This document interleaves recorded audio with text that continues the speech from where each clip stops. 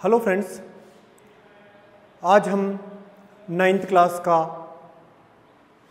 Chapter number 3 पढ़ेंगे। Lesson number 3, पाठ का नाम है अपवाह तंत्र, यानी कि अपवाह तंत्र के बारे में हम पढ़ेंगे। इस अपवाह तंत्र अपवाह तंत्र के बारे में हम पढ़ेंगे। अपवाह, पहली बात तो कि अपवाह शब्द है वो एक क्षेत्र के नदी तंत्र की व्याख्या करता है। जो मुख्यतया अपवाह शब्द है ये एक क्षेत्र के नदी तंत्र की व्याख्या करता है। अपवाह क्षेत्र क्या है? एक क्षेत्र के नदी तंत्र की व्याख्या करता है। जैसे हम भारत के मानचित्र में देखेंगे तो यह पाएंगे कि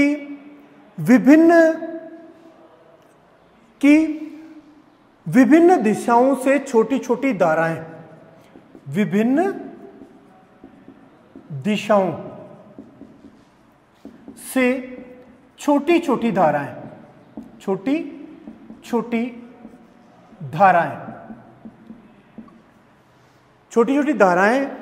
आकर एक साथ मिल जाती है और एक नदी, या मान सकते हैं हम कि एक जलाशय या एक मुख्य नदी का निर्माण करती है। जैसे हम पहाड़ी क्षेत्रों में जाते हैं बरसात के मौसम में, वर्षा के मौसम में, तो क्या होता है कि विभिन्न नदी नालों का पानी एक साथ इकट्ठा होकर एक जगह पर इकट्ठा हो जाता है और वो नदी का निर्माण करता है। तो कहने का मतलब कि विभिन्न दिशाओं से, मतलब जब भारत के मानचित्र में हम देखेंगे तो ये पाएंगे कि विभिन्न दिशाओं से छोटी छोटी धाराएं मिलकर एक नदी का निर्माण करती है और अंततः इस नदी का इनका निकास किसी बड़े जलाशय,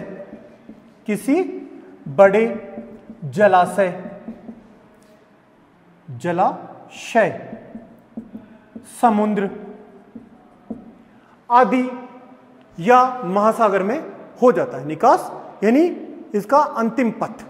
तो बड़े जलाशय, झील, समुद्र या महासागर में इनका निकास हो जाता है। अपवाह क्या है? एक क्षेत्र के नदी तंत्र की व्याख्या। अपवाह शब्द क्या आ गया? एक क्षेत्र के नदी तंत्र की व्याख्या। और भारत के मानचित्र में जब हम नदियों के बारे में पढ़ते हैं तो विभिन्न क्षेत्रों की जो छोटी छोटी धाराएं मिलकर एक नदी का निर्माण करती है और अंततः इस नदी का निकास किसी बड़े जलाशय, झील, समुद्र या महासागर में हो जाता है। तो ये क्या चीज हो गई? अपवाह शब्द। अब हम भारत में अपवाह तंत्र के बारे में पढ़ेंगे। भारत में अपवाह तंत्र के बारे में पढ़ेंगे। भारत का जो अपवाह तंत्र है वो मुख्यतः हम ये मान सकते हैं कि भारतीय नदियों को मुख्यतः 2 वर्गों में विभाजित किया जाता है। या इनमें एक तो क्षेत्र होता है हिमालय की नदियां, और दूसरा जो क्षेत्र माना जाता है वो माना जाता है प्रायद्वीपीय पठार की नदियां।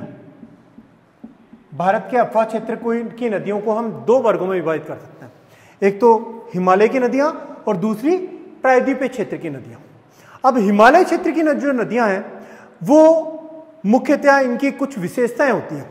जैसे पहली बात कि हिमालय क्षेत्र की नदियां वर्ष भर बहती हैं। हिमालय क्षेत्र की नदियां हैं वो क्या करती है? वो अधिकतर नदियां वर्ष भर बहती है क्योंकि इन्हें ऊंचे पर्वतों से पिघलने वाले हिम द्वारा भी जल प्राप्त होता है। ऊंचे पर्वतों से पिघलने वाले हिम द्वारा भी जल प्राप्त होता है। पहली बात क्या बताया मैंने आपको कि हिमालय क्षेत्र की नदियां पूरे वर्ष भर बहती है और इन्हें ऊंचे पर्वतों के साथ, मतलब वर्षा का जो जल होता है उसके साथ साथ ऊंचे पर्वतों के हिम द्वारा भी जल की प्राप्ति होती है। इसी प्रकार दूसरा, हिमालय क्षेत्र की नदियां अपने उत्पत्ति के स्थान से समुद्र तक के लंबे रास्तों को तय करती है। उत्पत्ति के स्थान से समुद्र तक के लंबे रास्तों को तय करती है कि हिमालय क्षेत्र की नदियां अपने उत्पत्ति के स्थान से लेकर समुद्र तक के लंबे रास्तों को तय करती है।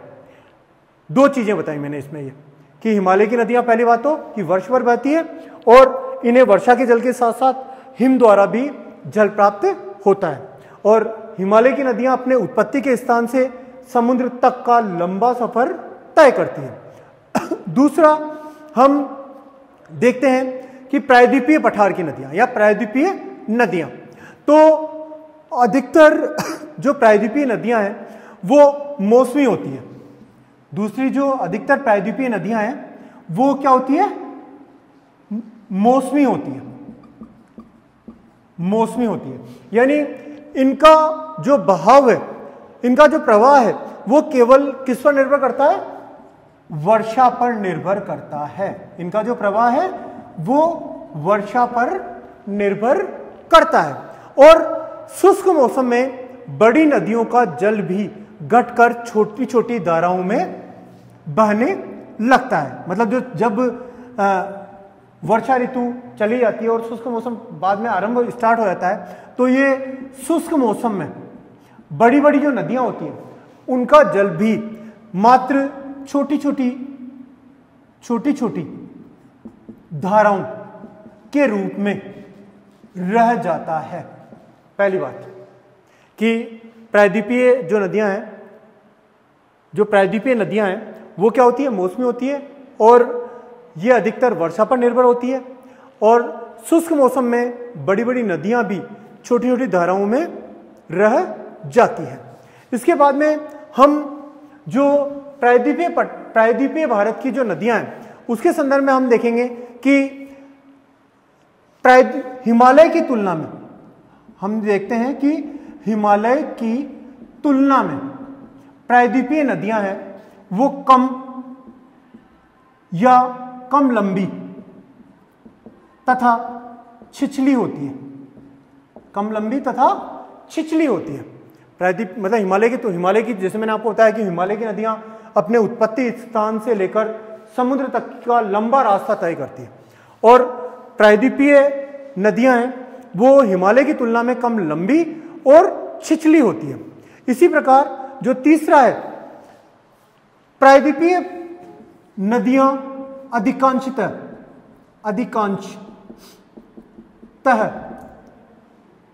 पश्चिमी घाट से निकलती है। पश्चिमी घाट से निकलती है और बंगाल की खाड़ी में गिर जाती है। बंगाल की खाड़ी में गिर जाती है।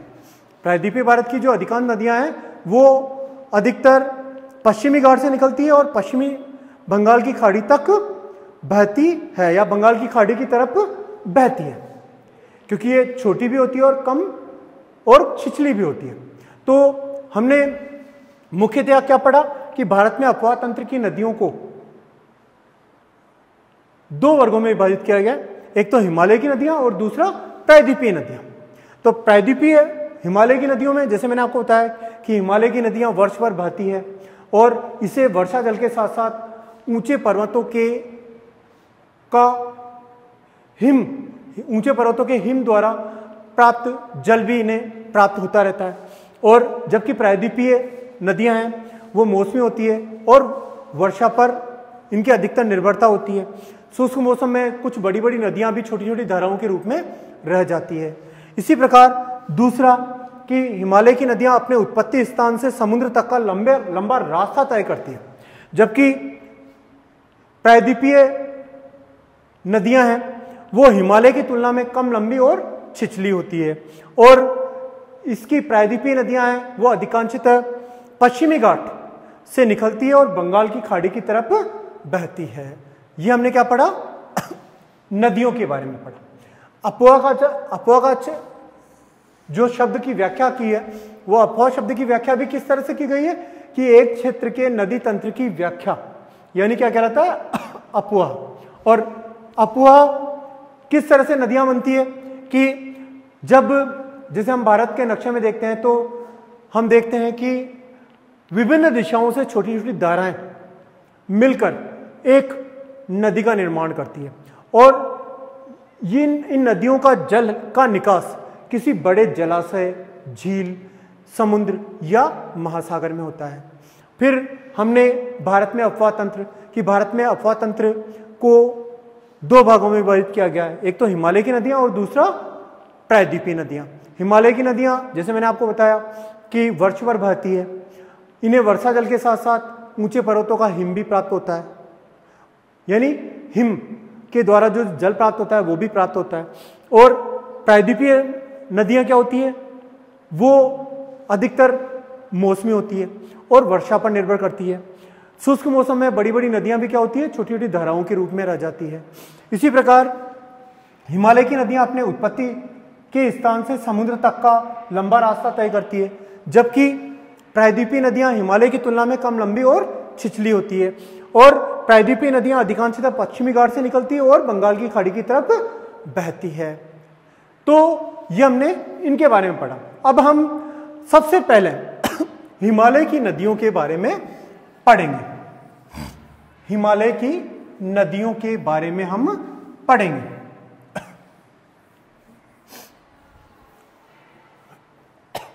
हिमालय की नदियां, जैसे दो तीन बात जो मैंने बार बार आपको रिपीट की है कि हिमालय की नदियां वर्ष भर बहती है, तो हम सबसे पहले हिमालय की नदियां इसके बारे में हम पढ़ेंगे। तो हिमालय की नदियां, फर्स्ट बात कि हिमालय की नदियों में मुख्यतया सिंधु, गंगा और ब्रह्मपुत्र, या हिमालय की नदियों सिंधु, गंगा, ब्रह्मपुत्र, ये हिमालय से निकलने वाली प्रमुख नदियां हैं। और ये नदियां लंबी है तथा अनेक महत्वपूर्ण एवं बड़ी सहायक नदियां इनमें आकर मिलती है। और किसी नदी तथा उसकी सहायक नदियों को नदी तंत्र कहा जाता है। मुख्यतः मैंने आपको क्या बताया कि सिंधु, गंगा और ब्रह्मपुत्र ये हिमालय की प्रमुख नदियां हैं। और ये नदियां क्या होती है? लंबी होती है तथा अनेक महत्वपूर्ण एवं बड़ी एवं सहायक नदियां हैं, वो इन नदियों में आकर मिल जाती हैं। और किसी नदी तथा उसकी सहायक नदियों को नदी तंत्र कहा जाता है। मुख्यतः किसी एक नदी और उसकी सहायक नदियों को क्या कहा जाता है? नदी तंत्र कहा जाता है। मतलब ये तीनों नदियां क्या है? हिमालय पर्वत से निकलती है और लंबी होती है। और इसके अतिरिक्त ये नदियां और इनकी अनेक बड़ी सहायक नदियां हैं, वो इन नदियों में आकर मिल जाती है। जैसे मैंने आपको बताया कि किसी एक नदी और उसकी सहायक नदियों को क्या कहा जाता है? नदी तंत्र कहा जाता है।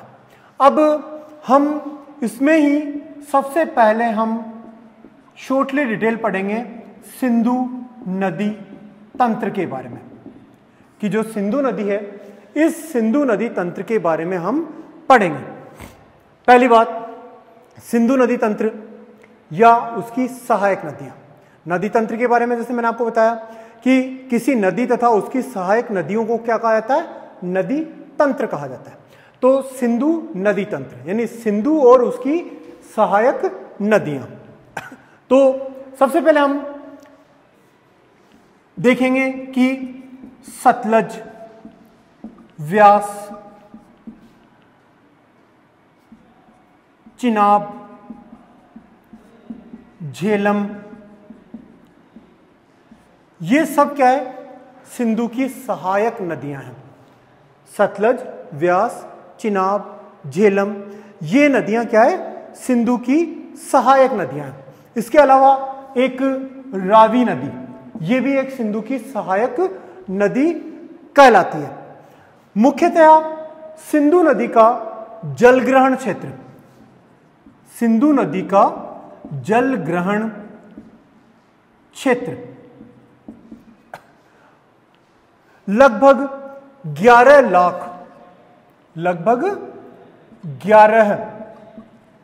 लाख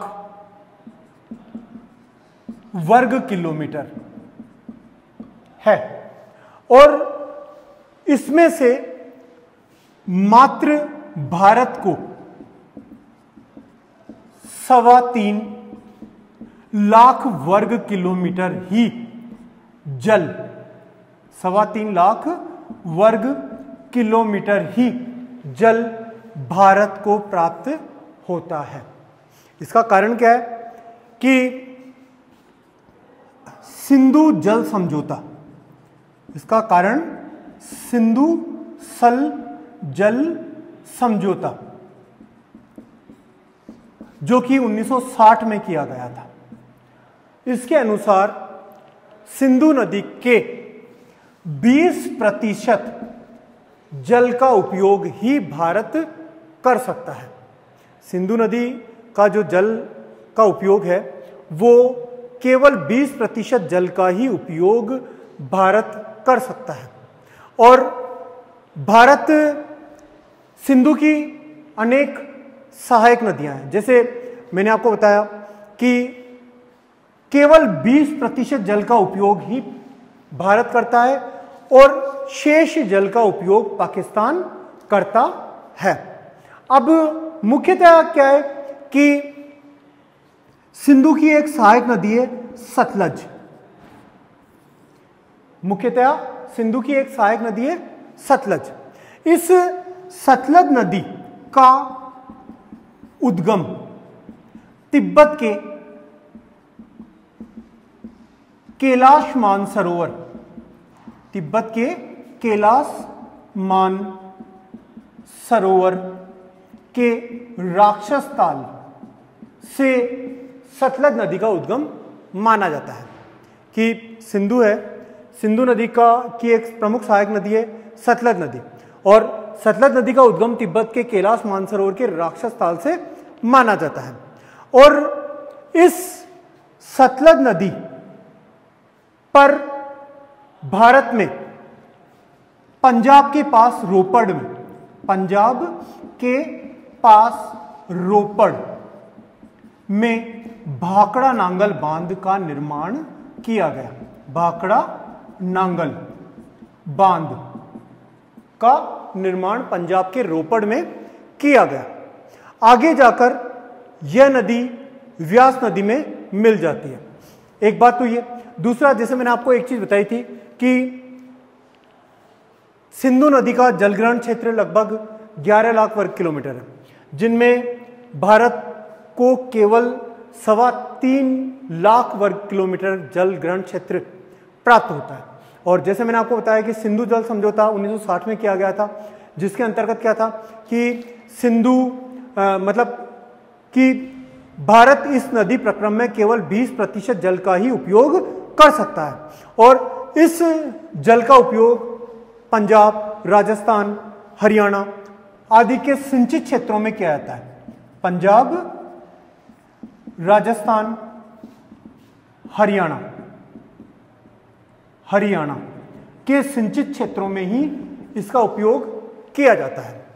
और जैसे मैं आपको बताऊं कि सिंधु नदी के ऊपरी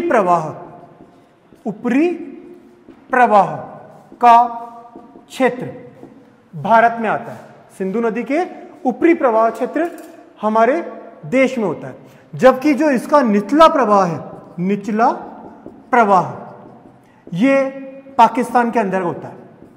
पाकिस्तान में इसका निचला प्रवाह क्षेत्र होता है और ऊपरी प्रवाह में केवल पंजाब, हरियाणा, राजस्थान, ये ऊपरी प्रवाह क्षेत्र के अंतर्गत आता है। और पंजाब के रोपड़ जिले में इसमें मतलब सतलज नदी था, सतलज नदी में भाखड़ा नांगल बांध बनाया गया था और इस क्षेत्र का जो इस जल का उपयोग सिंचित क्षेत्रों के लिए किया जाता है। किन राज्यों के लिए? पंजाब, राजस्थान, हरियाणा आदि के लिए किया जाता है। और सतलज नदी का उद्गम कहां से माना गया है? तिब्बत के कैलाश मानसरोवर के राक्षस ताल से इसका उद्गम क्षेत्र माना गया है। और सिंधु की प्रमुख सहायक नदियां कौन सी है? सतलज, व्यास, चिनाब, झेलम, रावी। ये यहाँ की प्रसिद्ध मतलब इसकी सहायक नदियां हैं, क्योंकि नदी तंत्र क्या है? किसी नदी और उसकी सहायक नदियों, वो क्या कहलाता है? नदी तंत्र कहलाता है। एक चीज और कि झेलम नदी, झेलम नदी पर भारत का प्रसिद्ध पर्यटक नगर श्रीनगर स्थित है। झेलम नदी पर भारत का प्रसिद्ध पर्यटक नगर श्रीनगर वो स्थित है। हम अगले वीडियो में गंगा और ब्रह्मपुत्र नदी के बारे में विस्तार पूर्वक पढ़ेंगे।